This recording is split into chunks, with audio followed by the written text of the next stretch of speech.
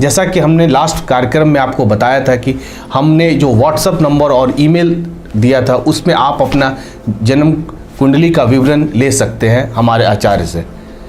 तो उसमें आपको करना क्या था, एक अपना डेट ऑफ बर्थ देना था, अपना प्लेस देना था और जन्म का टाइमिंग देना था। बहुतों ने भेजा और सबों को धन्यवाद। कंप्यूटर किन्हीं दो लोगों का नाम सेलेक्ट किया है, बेंगलोर के जे साहू जी का, और जे साहू जी जो बेंगलोर के रहने वाले हैं, उनका जन्म है 19 सितंबर 1952 और रात के 2:10 में।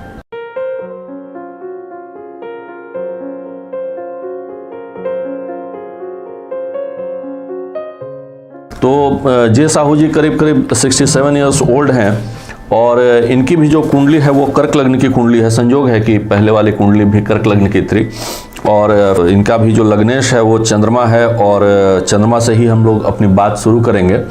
तो लग्नेश चंद्रमा अपनी उच्च राशि वृषभ राशि में एकादश भाव में बैठा हुआ है, जो कि एक बहुत अच्छा धन योग बना रहा है और मित्र मंगल के नक्षत्र में स्थित है, इसलिए मंगल की महादशा में ही इनका जन्म हुआ है। तो चंद्रमा की स्थिति तो बड़ी अच्छी है कुंडली में। आगे बढ़ें, सूर्य की बात करें तो सूर्य जैसा कि मालूम ही है कि आत्मा, पिता, सरकार एवं प्राण ऊर्जा तथा हृदय का कारक है। जो फिजिकल हार्ट होता है उसका भी कारक सूर्य ही है। और इनके जन्म कुंडली में सूर्य वाणी स्थान, धन एवं कुटुंब स्थान का मालिक बनकर अपने घर से दूसरे घर और जन्म कुंडली के तीसरे घर में मित्र बुध की कन्या राशि में उच्च के बुध के साथ स्थित है। तो बड़ा अच्छा मतलब कि प्लेसमेंट इसको बोलेंगे, क्योंकि बुध और सूर्य मिलकर के एक अच्छा योग बनाते हैं, बुध आदित्य योग जिसे बोलते हैं। तो ये एक अच्छा योग होता है, दोनों ही एक दूसरे की कैपेबिलिटीज़ को इन्हेंस कर देते हैं। जो सूर्य का काम है कुंडली में और जो बुध का काम है, दोनों ही एक दूसरे के प्रभाव को बढ़ा देते हैं। इस योग का मतलब यही है। तो जो वो स्थान है जहाँ पे बुध आदित्य योग बन रहा है वो पराक्रम स्थान है। पराक्रम मतलब आपका अपना एफर्ट्स लाइफ में कितना है, आप खुद से कितना एफर्ट्स करते हैं, कितना प्रयास करते हैं। और कॉन्टैक्ट्स का वो जगह है, राइटिंग स्किल्स का वो जगह है और कम्युनिकेशन स्किल और शॉर्ट डिस्टेंस ट्रेवल, मतलब कि अपने ही देश में या अपने ही स्टेट में आप कितना घूमते फिरते हैं। एक लॉन्ग डिस्टेंस ट्रेवल होता है जो फॉरेन के लिए हम लोग देखते हैं, वो 9th हाउस से होता है और 3rd हाउस जो है वो शॉर्ट डिस्टेंस ट्रेवल का होता है। तो ये भाव बड़ा मजबूत है। ये छोटी बहनों के साथ संबंध में काफ़ी मजबूती दे रहा है, जो बहन, मासी, बुआ ये होंगी, क्योंकि बुध बहुत मजबूत है इनका, उच्च की राशि में है। तो इन सब संबंधों में इनको काफ़ी लाभ रहेगा और काफ़ी सपोर्ट मिलेगा। आगे बात करें मंगल की, तो मंगल भाई, पैशन, डिटर्मिनेशन का कारक है और लग्नेश चंद्र का मित्र है और कर्क लग्न में सबसे योग कारक है, क्योंकि एक केंद्र 10वां भाव और त्रिकोण 5वां भाव, ये दोनों मंगल की राशि होती है। 5वें भाव में वृश्चिक राशि पड़ती है और 10वें भाव में मेष राशि पड़ती है। दोनों राशियां मंगल की हैं। तो मंगल कर्क लग्न में सबसे योग कारक ग्रह है।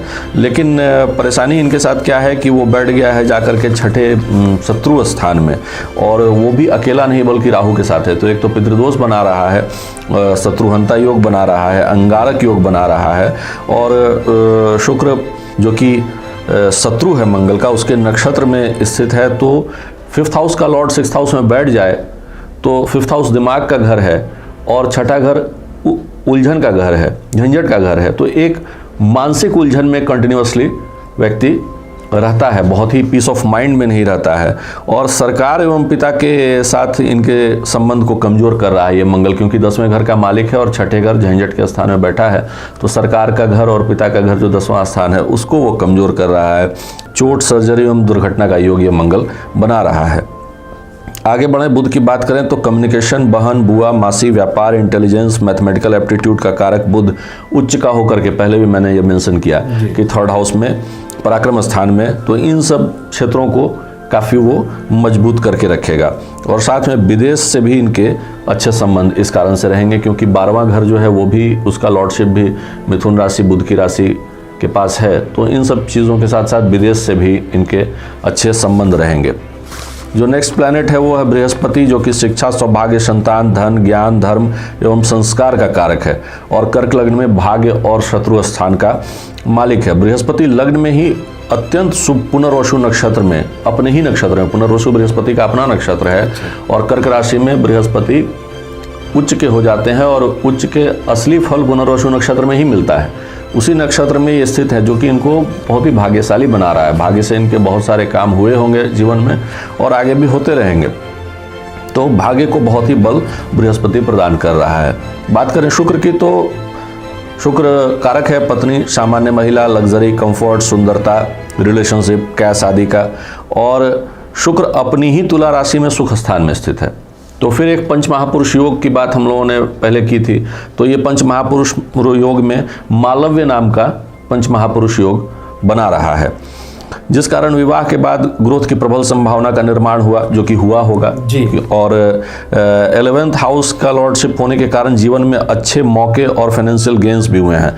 लेकिन एक ही प्रॉब्लम है कि अपनी राशि में है, मालव्य योग बना रहा है, लेकिन राहु के नक्षत्र में है। तो एक जनरल जो चीज़ मैंने देखी है अपने अनुभव में, कि कोई प्लैनेट कितना भी अच्छा हो, कितने भी अच्छे पोजीशन में हो, लेकिन अगर राहु और केतु के नक्षत्र में स्थित है, स्वयं राहु और केतु भी अगर अपने नक्षत्र में स्थित है, तो वो उतना अच्छा रिजल्ट नहीं दे पाता है जितना कि उसको देना चाहिए। तो फिर वही है कि बहुत सारी चीज़ें हुई होंगी, लेकिन एक कमी इन्हें महसूस होती होगी कि जितना होना चाहिए था उतना नहीं हो पाया। तो वो बस इस कारण से है क्योंकि शुक्र राहु के नक्षत्र में स्थित है। बात करें आगे शनि की, तो शनि कठिन परिश्रम, सेवक, पैर, बुढ़ापा, दुख, organised and repetition in life, discipline, limitation, self control आदि का कारक है। शनि उच्च का होकर के राहु के नक्षत्र में शुभ भाव में पंच महापुरुष योग सस योग बनाते हुए दाम्पत्य एवं आयु स्थान को सामान्य शक्ति प्रदान कर रहा है। फिर शनि को जितना रिजल्ट देना चाहिए था, जस्ट बिकॉज कि वो राहु के नक्षत्र में स्थित है, तो वो नहीं दे पाएगा, लेकिन फिर भी दाम्पत्य स्थान में मजबूती प्रदान कर रहा है। कोई बिजनेस अगर ये करेंगे तो उसमें डेली इनकम का मालिक है शनि, और रिसर्च का मालिक है शनि, ऑकल्ट को जानने का, जिस तरह के प्रोफेशन में हूँ उस तरह की चीज़ों में इंटरेस्ट होने का, ये सब चीज़ों का मालिक है शनि। तो बस उन सब चीज़ों में लाभ देगा, लेकिन जस्ट बिकॉज राहु के नक्षत्र में है, तो जो ऑप्टिमम प्राप्ति होनी चाहिए थी चीज़ों की, वो नहीं होगी, वो थोड़ी कमी है महसूस होती रहेगी। बात करें राहु की, तो materialism, mischief, fear, insatisfaction, obsession, confusion आदि का कारक राहु है।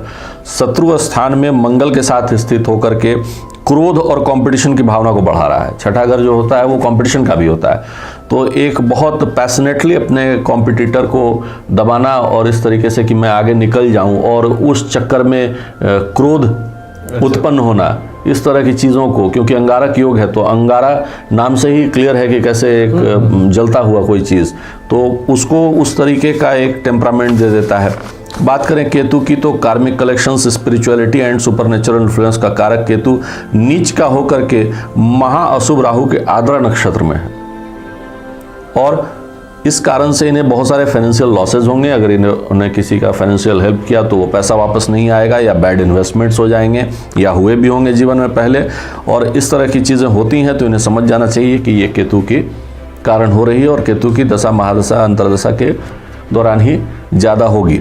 अब बात करें कि ये तो एनालिसिस हो गया, अब उपचार क्या है। तो उनका एक क्वेश्चन भी था हेल्थ को लेकर, वो जानना चाह रहे थे। हेल्थ के संबंध में जो रोग स्थान है इनका, वो बृहस्पति का है, लेकिन बृहस्पति काफ़ी शुभ हैं, तो पेट वगैरह से संबंधित तो समस्याएं ज़्यादा नहीं आएंगी। लेकिन मंगल और राहु वहाँ स्थित हैं, तो मंगल सर्जरी और दुर्घटना का कारक होता है, तो या फिर ब्लड रिलेटेड कोई भी प्रॉब्लम शरीर में हो तो मंगल उसका कारक है। तो अगर इन सब चीज़ों से थोड़ा परहेज करें, नियमित हनुमान चालीसा का पाठ करें और बजरंगबली के मंदिर जाते रहें, तो इन सब चीज़ों से बचा जा सकता है। बाकी एक जनरल प्रोटेक्शन के लिए मोती रत्न धारण कर लें, समय समय पर रुद्राभिषेक करवाएं। अभी वर्तमान में बुध की महादशा चल रही है, तो बुध मतलब कर्क लग्न में सेकंड मारक है, पहला सबसे प्रबल मारक शनि है जिसकी महादशा पूरी बीत गई है, और अब बुध की महादशा इन्हें चल रही है 8 मार्च 2014 से 31 तक, 17 साल की महादशा होती है। तो इस में गणेश अथर्व शीर्ष का पाठ करें या सुने, जो भी इन्हें सुविधाजनक लगे, और गणपति की पूजा आराधना करते रहें। और अमावस्या के दिन ब्राह्मण भोजन करवाएं या मंदिर में पुरोहित को अनाज का दान करें, क्योंकि ये मंगल और राहु साथ में होने से एक पितृदोष का भी निर्माण हुआ है, तो उसका उपाय भी थोड़ा ज़रूरी है। तो इसको करके ये शांतिपूर्वक अपने जीवन को बिता सकते हैं। चलिए, बहुत अच्छे से विश्लेषण करके आचार्य शिशिर पाठक जी बताए, और ये भी बताए कि इन दोनों कुंडलियों में क्या क्या दोष है और इसके क्या उपाय हैं। तो मैं इस कार्यक्रम को यहीं पर छोड़ दिए जाते हैं। नेक्स्ट कार्यक्रम में फिर मिलेंगे, तब तक के लिए नमस्कार। नमस्कार। बने रहें TheTimesMedia.com पर। आप हमें फेसबुक और यूट्यूब पर भी देख सकते हैं।